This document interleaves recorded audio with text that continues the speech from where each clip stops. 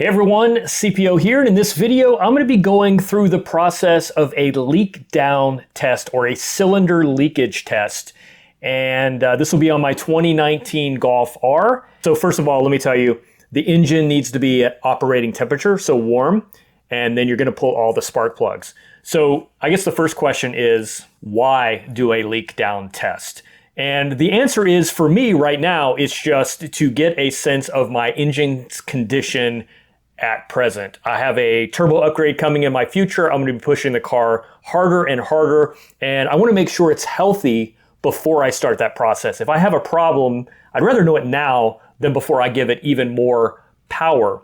So where a compression test, cylinder compression test, which I've done a video on that before, is designed to see if a cylinder is capable of holding pressure, what a leak down test is sort of that process in reverse. Instead of measuring the engine's ability to create pressure, it's measuring how much pressure leaks out of a pressurized cylinder. So the leak down tester basically has two gauges. One gauge measures the air pressure entering the cylinder. The other measures the percentage of air escaping or leaking from the cylinder.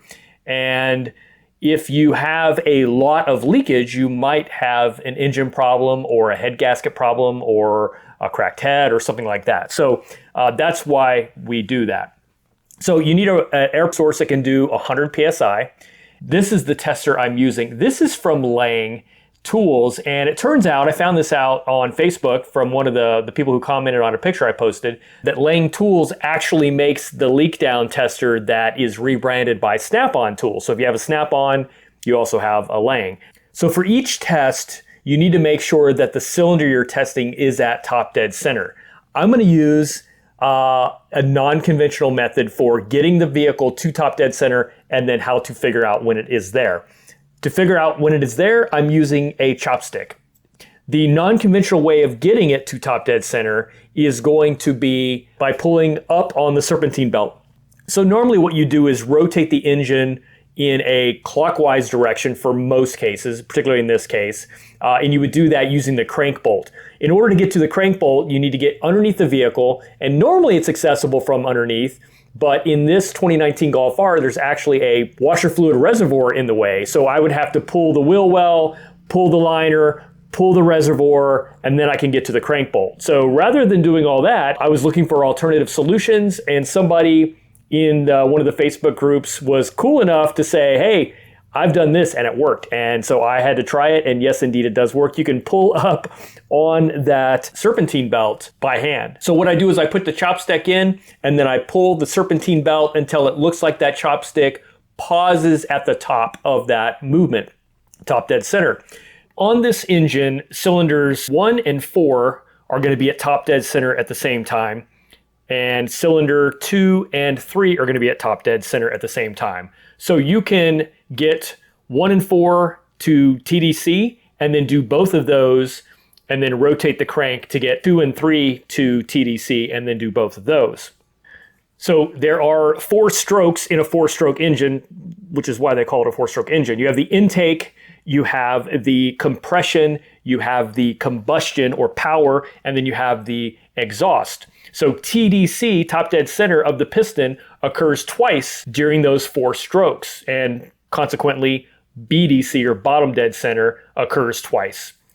It doesn't really matter what stroke we're in at any given time, because when we're at top dead center, as you can see in this graphic, all of the valves are still closed, whether or not we're in between the exhaust and intake stage, or whether or not we're between the compression and the combustion stage. So as long as you're at top dead center, you should be good to go to hold pressure to conduct your test. You're going to plug in the hose into the spark plug hole. Make sure that the regulator on the tester is all the way turned open or counterclockwise. Then you're going to plug in the air source. Then you're going to turn the regulator clockwise to increase pressure to 100 PSI and then measure where your leakage gauge ends up. Now on my particular air compressor, I had to bump it up to about 120 PSI to get 100 PSI on the Lang tool. So my air compressor is about 20 psi off in reading. No big deal. Compensate by adjusting that. So here you can see at 100 psi how much leak down I have, which in this case looks to be about 5%. And that's actually really good. So normally when you read these results, nothing will be zero leak down. There's going to be leakage past the rings, which is normal. So anything like 5 to 10% is probably really good.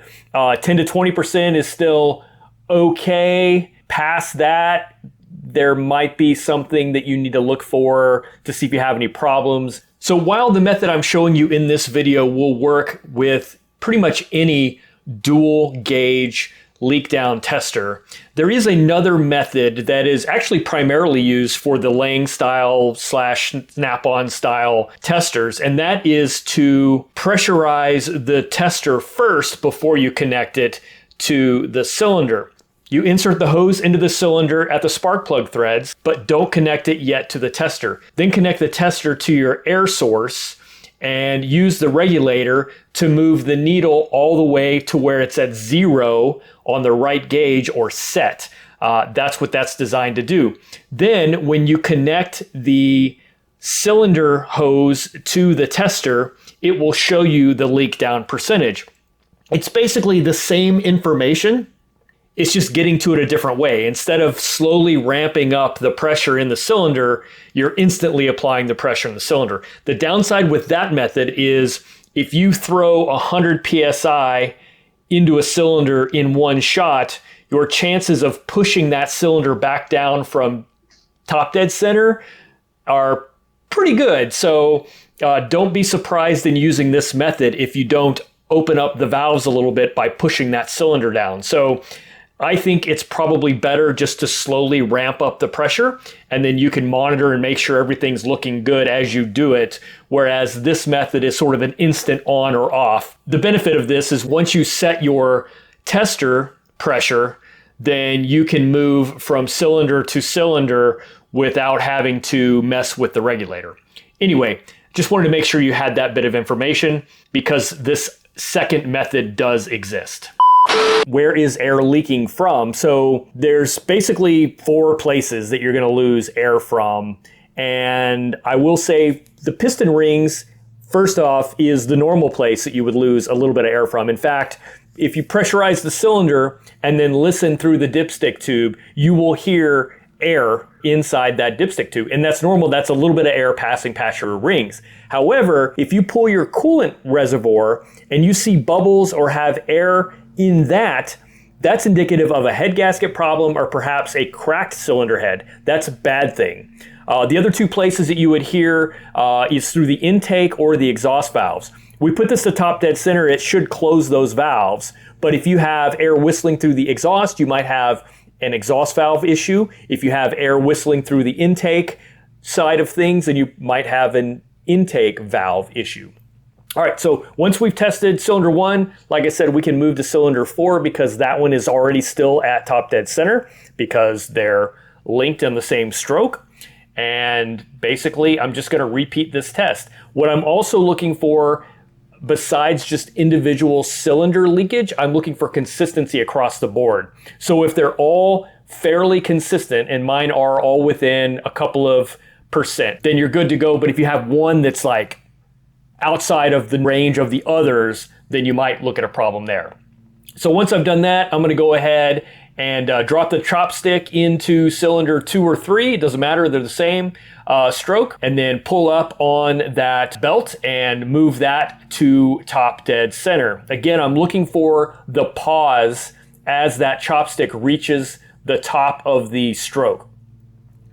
Now, as I'm getting this reading, I want to show you what happens if you don't get it exactly at top dead center. You can see here, I'm going to have a pressure loss instantly. What happened is I had it a little bit past top dead center, like I pulled it just a little bit too far, and it was starting to hit the downward side of the stroke. And when I pressurized the cylinder with air, it just pushed the cylinder all the way down. So I dropped the chopstick into the other cylinder and then pull it back up. It's not that big of a deal. But just know that if you have a sudden loss in pressure, you probably just push that piston all the way back down again. So just try again. And you can see here, I probably should use gloves, but I don't. So, I'll take my battle wounds as I do this. There's a couple things in there that'll scrape on you, obviously, as you're reaching down and tugging on that belt. The other thing I do want to talk about is a different type of gauge. I started out with an OTC Tools gauge, also from Amazon. And by the way, I'll put a link to this slang down in the description of this video. I started out with OTC Tools, and I've had pretty good luck with those. It's kind of a auto parts brand type of thing, maybe a step above Harbor Freight, but they're all like made in China type stuff. I started out with that. The gauges on that read a little bit different. It shows 0 to 100 PSI on both gauges. However, the problem is, as you can see here, it's only showing 1% loss, which is a little less realistic than 5 to 7% loss. So maybe not quite as accurate. And also, I'm not sure how well it's going to hold up. When somebody pointed me to Lang's, I went and looked at that, and it's basically the same price. So I can get a made in USA, snap-on quality, or Lang quality tool for about the same price as a made in China tool with questionable lifespan. So obviously Lang became my choice, so I switched. But I did want to point that out, that OTC Tools does have an option, but I was a little more skeptical of the readings on that. Once you've done your test, you can put all your spark plugs back in, reinstall your coil packs and all of your connections, and you're done. So I think what I like about this method of doing it with pulling up on the belt is you don't have to lift the car, you don't have to get underneath the car, you don't have to pull wheels. It's super easy to do this. So if you haven't seen this, first of all, I wasn't the one that came up with this idea. Somebody else pointed me to that tip, and turns out super useful. Anyway, guys, thanks for watching. I'll catch you on the next one.